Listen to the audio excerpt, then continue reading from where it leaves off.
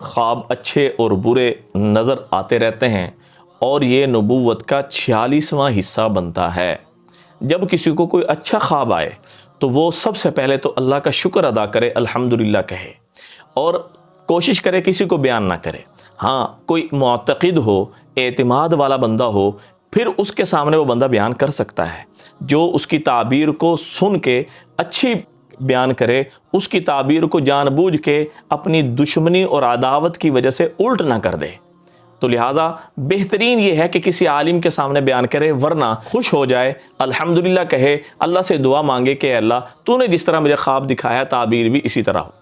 अगर अल्लाह ना करे किसी को बुरा ख्वाब आ जाए, वो बुरा ख्वाब बहुत बाज़ ऐसे होते हैं कि जिनको अक्सर बहुत ज़्यादा बुरे ख्वाब आते हैं। कुर्बान जाएँ हमारे नबी हज़रत मोहम्मद मुस्तफ़ा सल्लल्लाहु अलैहि वसल्लम पर बुरे ख्वाब के असरात से बचने के लिए, उनके असरात को ज़ाइल करने के लिए अल्लाह के नबी ने तरीका बतलाया कि जिस करवट पे आपको ख्वाब बुरा आया है वो करवट बदल लें और उल्टी तरफ होकर 3 दफ़ा धुतकार दें।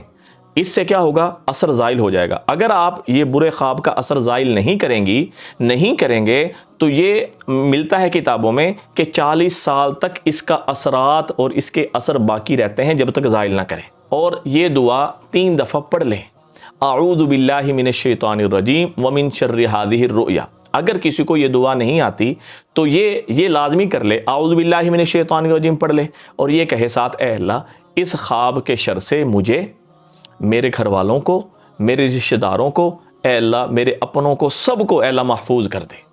और किसी के सामने उस ख्वाब को बयान ना करे, ना दोस्तों में, सहेलियों में, किसी को ना बताए। जब वो दुआ पढ़ रही हो आऊज़ु बिल्लाहि मिनश शैतानिर रजीम, या पढ़ रहे हों आऊज़ु बिल्लाहि मिनश शैतानिर रजीम व मिन शर्रि हाज़िहिर रुया, इस वक़्त वो जो बुरा ख्वाब है उसका तसव्वुर करे। इंशाअल्लाह ताला सहाबा कहते हैं कि जो इस तरह बुरे ख्वाब के असरात को ज़ाइल करेगा, हमेशा हमेशा के लिए वो इस बुरे ख्वाब की जो ताबीर है उससे महफूज हो जाएगा। अल्लाह उसको महफूज कर देंगे, जैसा भी बुरा ख्वाब है, और हमेशा के लिए उसको भी, उसके औलाद को भी, उसके रिश्तेदारों को भी, सबको अल्लाह पाक महफूज फरमा देंगे। और साथ साथ एक और बात कि जब भी कोई बुरा ख्वाब आए तो सदका भी दे देना चाहिए।